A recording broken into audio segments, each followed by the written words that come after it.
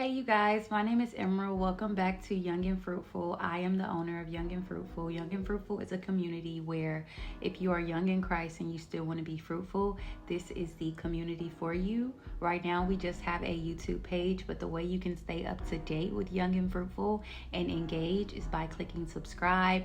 And anything that stands out to you, make sure you comment, or if you want to share your testimony, if there's anything that you need prayer for, comment. I am reading the comments. I am replying back. This is the start of the community. Before we jump into the video, I just did my hair, girl, and I see like little white flakes. It's kind of distracting me, but it's okay.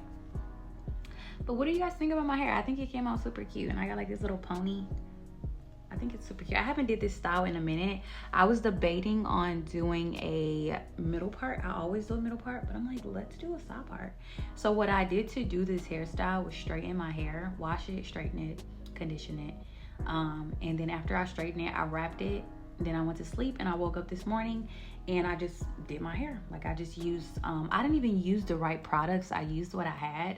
I had extreme gel and this like braiding gel. And this braiding gel, and it definitely worked. It did its job. And I also like flat ironed my edges and like curled them. So I think it came out cute. Today's video would be, our second video, my testimony.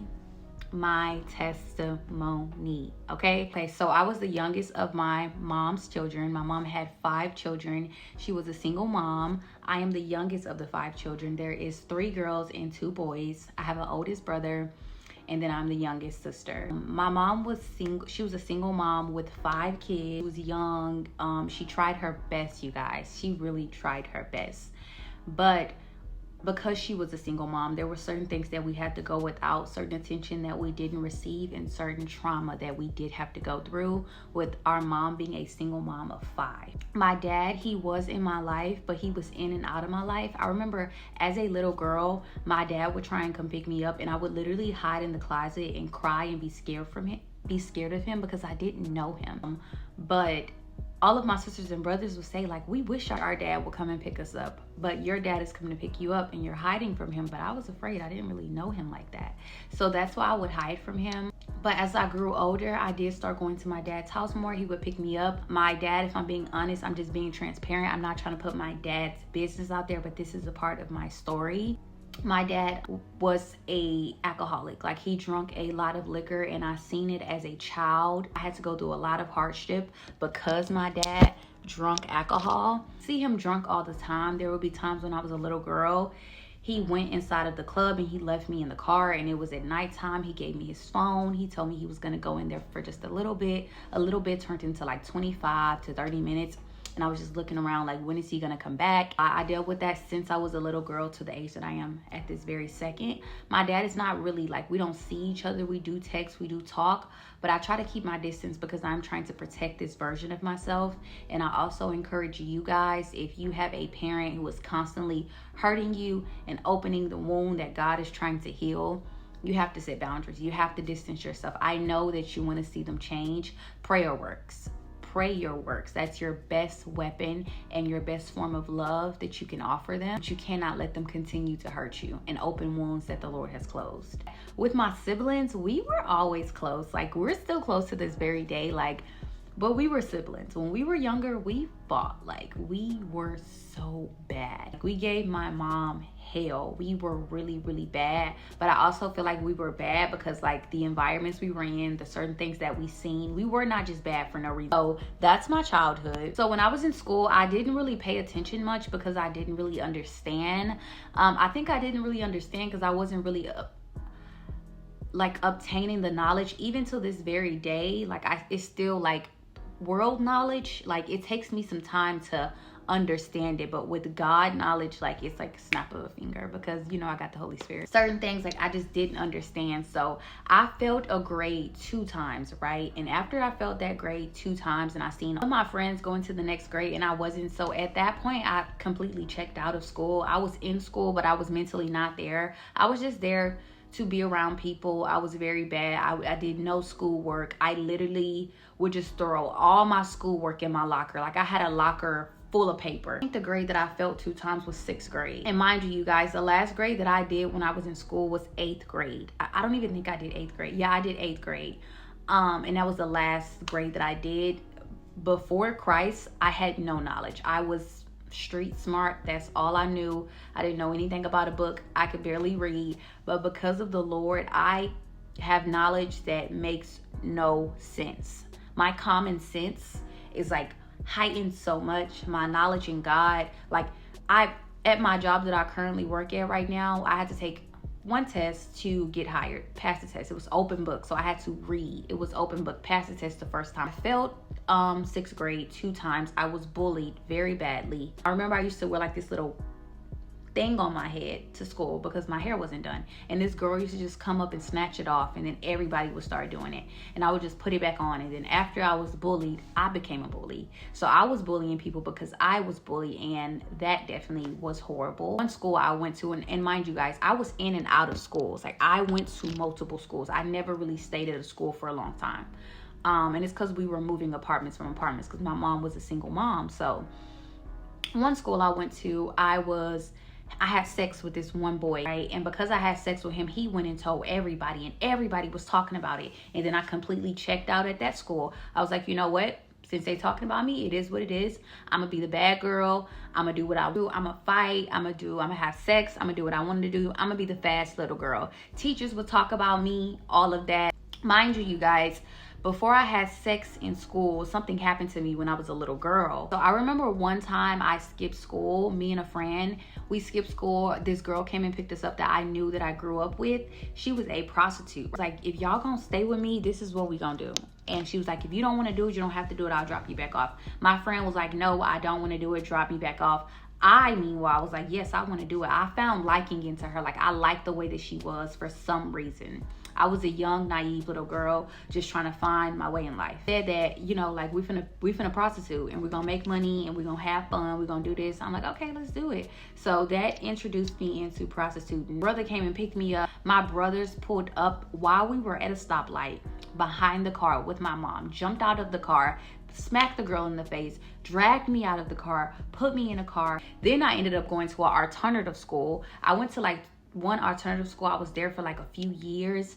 I used to fight a lot. I skipped school a lot. I smoked weed. I would come to school high.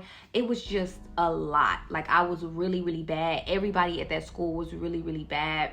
There was like metal detectors. People was bringing guns to school. It was really, really bad at that school. I remember one time I got arrested from that school because I was angry. I was ready to leave. They wouldn't let us leave. So I threw my chair up in the air and it hit a little boy in the eye. I got arrested for that. I am not sure if I stayed in jail or they released me.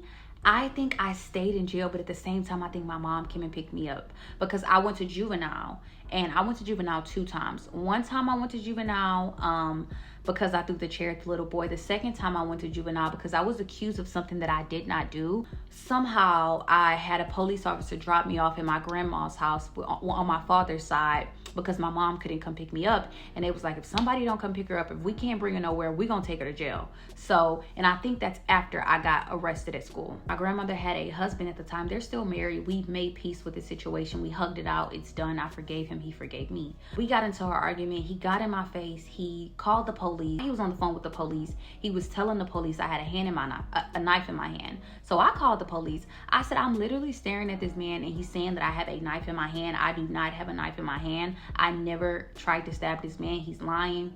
After they figured out this, by the time I'm outside talking to the police, this man pulled a knife out, little knife holder, and made it look like I touched that knife. This man was such a good liar, and I was such a little girl that I was convinced that I did it. I was like, did I do this? And I just forgot. Like, that's how good he was lying. I go to juvenile for 3 months for something I didn't do. Then after the 3 months, I had to sign and lie and say I did it. I was on probation for 1 year. I didn't know anything about probation. I came home. My mom stopped enrolling me in school because she was busy and her other reasons. She stopped enrolling me in school. So the last grade I completed was 8th grade. I was on probation for a year. I didn't know much about probation. I didn't know you were supposed to call your PO officer. I thought they were supposed to call me. So She never called me. She never texted me. So I never called her. I never texted her. By the time I realized that, I had a warrant out for my arrest. A family member, me and that person got into a very bad argument. Like, we were about to fight. It was really, really bad. My boyfriend was there at the time, who was very, very toxic. That relationship was the most toxic. I'm actually lying. I've been in more toxic relationships before, but that was my very first toxic relationship. It was the start of toxic relationships in my life. So I got into an argument. We got into an argument with that family member, and then I had to leave. And I had to go that night. I had nowhere to go. His mom ended up getting us a hotel. After his mom gave us a hotel, mind you, this boy was in college. He just came back from college to see me, and he had to go back to college the next day. Picked me up from the hotel and told me, like, where do you want me to take you? I didn't have nowhere to go. I told her, take me to my friend's house in Greenspoint. That one time that I ran away, the time that I'm telling you about right now, I didn't come back home till I was an adult. I ran away and never came back. I was living with a friend. She didn't feed me. She was not a good friend. I didn't have anything. I didn't have no clothes. I only had the clothes on my back. I had a phone, but I ended up breaking that phone. It had no service, so I didn't have a phone when I was out there. She barely fed me, but she did let me come stay with her. I'll give her that. So I went for what I knew. I was walking up and down this one street where I was living at the time, waiting for guys to just pass me up and ask me, did I want to ride her? How much? Because that's exactly what they would say. They would say, how much? And I was waiting for that, and I was getting whatever I could get just because I needed clothes, just because I needed food because she wasn't feeding me, just because I needed a phone. She introduced me into her friend, actually. She was also a prostitute, but she knew more than me at the time, so we became very close. We were prostituting together. She taught me the game. She had my back. Like, she was a good friend. When I was out there, I was on the run. So every night I would go to sleep, I would have the exact same dream. I would be running from the police, and they could never catch me. That's when I first got introduced to anxiety and paranoia. When I became on the run for 1 year. I was 17. I was on the run till I was 18. When you're a juvenile, when you turn 18, you don't have a warrant out for your arrest. You're not in the system anymore. Paranoia and anxiety entered my life very heavily. I became completely independent. Like, I was so independent. Anything that I needed, I'm like, I can go and get it. Every relationship I had was transactional with a man. You had to be giving me something, period, point blank. So my friend, her and her family would call me prostitutes. It would make me feel really, really bad. And then that's when I really became hard. I became numb. I became very, very numb, right? But then I started making a little money. I started coming home with bags. And then they was like, you don't give us no money. These are the same people who are calling me a prostitute, telling me now to give them money that I'm prostituting for because I have nothing to my name. After that season of my life, I entered the dancing season. Then I ended up getting a fake ID, girl. It was a paper fake ID. I used that fake ID to go to this very first strip club that I went to. All the young girls would go there with a fake ID. As long as you can pay the tip out, you could come in. And tip out was a fee for you to get into the club, for you to dance and work. So I paid the tip out. I was making no money. I didn't know anything, you guys, literally anything, until a girl at the club who used to make all the money, we became best friends. We literally looked alike. Like, she was super pretty like me. She was built like me. We literally looked alike. Right? She would make thousands of dollars, and because she taught me the game, I started to make thousands of dollars each night. Then we became partners. We would tag team customers. We would work together. She taught me the game. After she taught me the game, I took that, ran with it. I went to Fort Lauderdale. I was in Fort Lauderdale for a while. I didn't live there. Everybody thought I did, but I would just be back and forth. I was making so much money. I lived a luxurious lifestyle in Fort Lauderdale. I had everything that I basically wanted. I got introduced into sugar daddies out there.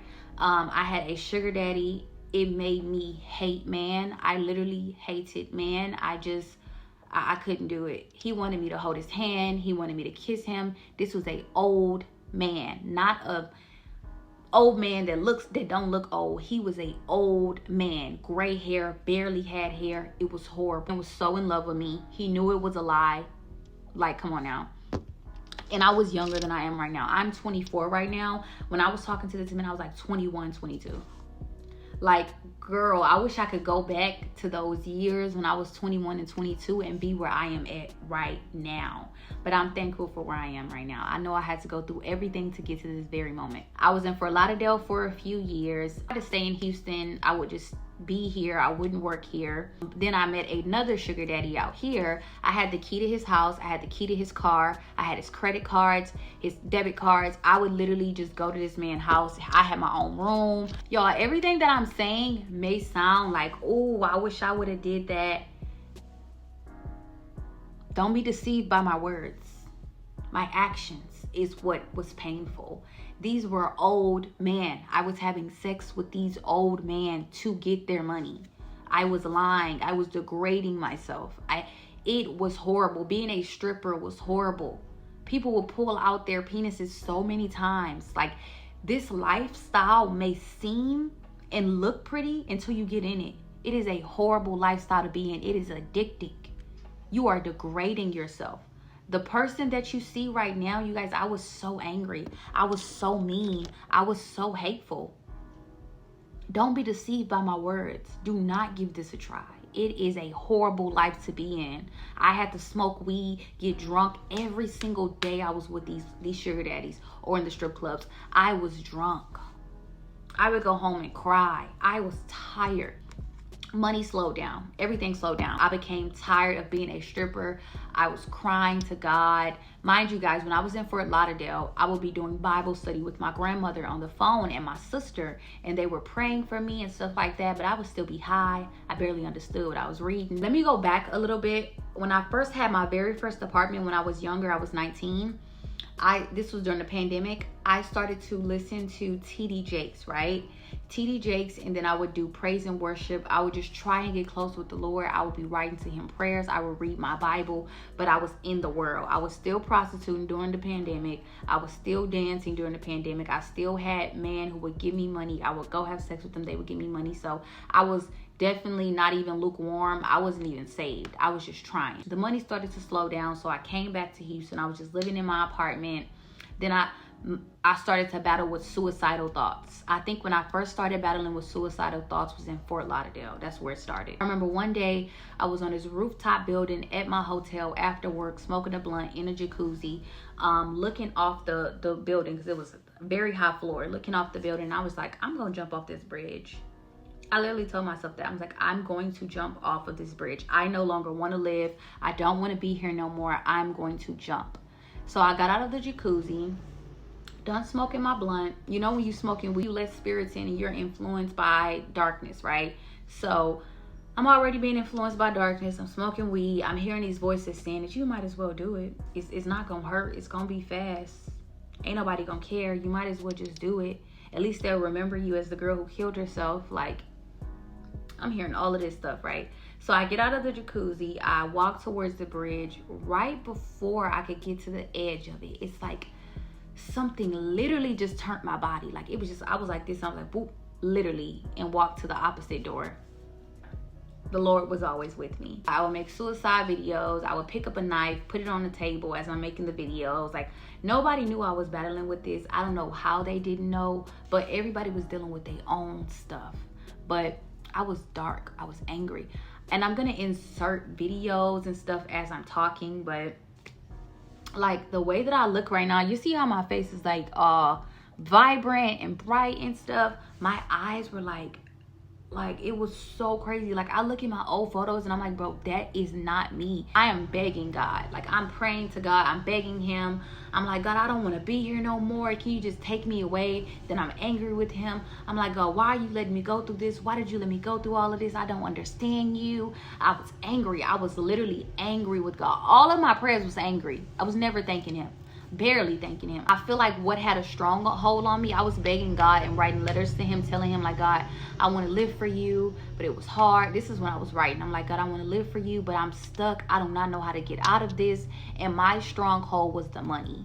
My stronghold was the sugar daddies. My stronghold was the freedom and the person I was able to become being a dancer. I was able to become this hard, independent, money hungry, thirsty girl, and I guess I liked it that, and I was stuck. I didn't know how to stop. I was stuck smoking weed. I was addicted to weed. I couldn't eat without it. I couldn't wake up without it. I needed a blunt before I did everything. And I wasn't just smoking blunts, I was smoking backwoods.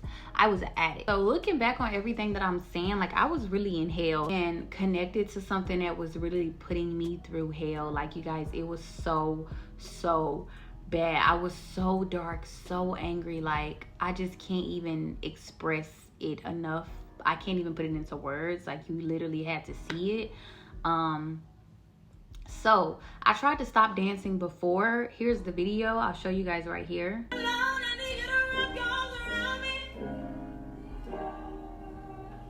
So this is the video of me trying to stop dancing, but it didn't work. It wasn't on God's time and I wasn't fully submitted. Boom. Then I'm gonna fast forward because I can't tell you guys every single thing. We're gonna be here forever. God gave me a warning. I told God I wanted to stop dancing. He gave me a warning. I put on a YouTube video. It said, if you go back, it is going to kill you. God was warning me of the plans that the enemy had for me. The whole time I was in the streets, the Lord was protecting me and I didn't even know, right? So God was letting me know, Emerald, if you go back this time, the enemy has a plan for you and he is going to kill you. It is going to work. Because y'all, I was reckless. I was getting in a car with people, random people. I was drunk. I was kind of medium, I would say small drunk driving. Like you say you done this time, you go back, you're going to die. I took that warning and I ran with it. When I say I took off with it, I ran with it. So I stopped dancing completely. I gave my life to Christ completely. I had money in my bank account, but not enough to pay all my bills, right? Because I was blowing money as fast as I got it. I was in my apartments for 3 to 6 months. I was isolated. That isolation season, when you first give your life to Christ, oh my God, it is the best season. God is going to prune you, refine you. Everything that I asked God, he was talking back to me so vividly. Like when you first give your life to Christ, you baby Christians know this. When you first give your life to Christ, don't God talk to you? Like if you ask him something, you're gonna see it the next minute. Like I did a 3-day fast when I was in my apartment for 3 months isolated. I didn't go nowhere. Everybody was calling and checking up on me. I was like, I'm good, I'm just with God. 3-day fast, water fast, no food. That was the best fast I ever did in my life. When I say the enemy was at his highest peak, and when I say the devil was at his highest peak, like I was able to finally see him, to see his hand, to see what he was doing. And during this fast, I read the whole book of Luke in one day. In one day, I read the entire book of Luke. That's when I finally learned about Jesus Christ dying on the cross for my sins. When I read the book of Luke, tears was brought to my eyes. Like it was just so good, y'all. That's when I first learned about Jesus Christ dying for my sins. It's like I've heard of it. I heard it. I think I may have read it with my momo, with my grandmother, but I didn't retain it. Like I didn't understand it. When I did the fast, I read the whole book of Luke. I learned everything about Jesus, everything about his miracles. It blew my mind. I was so intrigued and like into it. And I was crying as I was reading, like, having dreams of demons. Like demons were talking to me. Like I was able to actually hear that these are not your thoughts, Emerald. These are actual demons. They are talking to you. God delivered me from demons. I was praying deliverance prayers. I was getting to it. Like I was cleansing my house. My style changed, the way that I dressed. My spirit was sensitive. I was so sensitive to every single thing and everybody. And I was in the beginning of it. I showed up to a family event and everybody could just tell like there's something different about her. And people was just staring at me. I remember this one woman, she was like, we wasn't supposed to bring the dog to the park that we was at, the little family event. And she was like, y'all aren't supposed to bring this dog here. She was being mean. And I was just like, okay, I'm sorry. And she just smiled at me. Like I've never experienced anything like that. Usually back in the day, if you talk to me crazy, I'm going to talk to you crazy and we're going to go at it. But this time I was just like, okay, we're sorry. And she just smiled at me and I was just like, I've never experienced this in my life before. Like I ended up moving out of that apartment. I moved back with my mom. It was tough. It was tough. I was going through it. After that, I was there for a year. And then after I was there for a year, I was led to this apartment. I'm going to share how I was led to this apartment in a different video because it's like a supernatural experience. God led me to this apartment that I'm in right now. I have been here for 2 years now. Yeah. That is my testimony, you guys. And my current life. If you want to see what it looks like, follow me on my social media platforms. I have vlogs on my personal channel. The link will be in the description for all my social media platforms. I also host a prayer group Mondays through Fridays. If you guys want to join, the link will be in the description. The prayer group is very needed. I definitely encourage you guys to join. At 6:30 a.m. Central Time Zone, you are dedicating your morning to the Lord, or you got to get up. It's time to get up out that bed. Yes. I hope this video encouraged you guys. That is my testimony. I know everything that I said, it may not look like I have been through it. There's certain things that I haven't even said because the video would be super long. But I have been through a lot. And I know you have been through a lot, but the Lord will rescue you. The Lord can change your life. The Lord has a purpose for you. The Lord can use you. He can give you supernatural wisdom. He will give you a new identity. When I gave my life to Christ, I got a new identity. I got a new fire, a new encouragement. I glowed. Everywhere I went, people would just stare at me. It's not because of the way I look. It was because of the glow that God gave me. So if you want that, also what I gained, that is better than anything, I gained a father. I have a father now. He is always talking to me, always watching over me. His grace is sufficient, y'all. I am not perfect. I struggle every single day. I had a really hard day yesterday. I was supposed to film this video yesterday. It was supposed to have been out, but I had a really hard day. Now though, now that I've given my life to Christ, when I have hard days and I have painful days, I am persevering and enduring through them. And by the end of the day, I've learned something. My pain teaches me lessons. It helps me relate with people. It encourages me. So I hope this video helped you. Make sure you communicate with me in the comments. That is how if you need a prayer, if you relate with my story, if you were in prostitution or stripping, if you relate with anything, or if you just relate with my parents' situation, my school situation, just my coming up situation, comment. I want to hear your story. I want to hear your testimony. I want to hear how I can pray for you and how you can pray for me. I want you to pray for me that I stay on the narrow path that the Lord has put me on. I execute the mission and I don't give up. That's what I need you to pray for me. So I love y'all so much, and I will see you guys in the next video. Bye.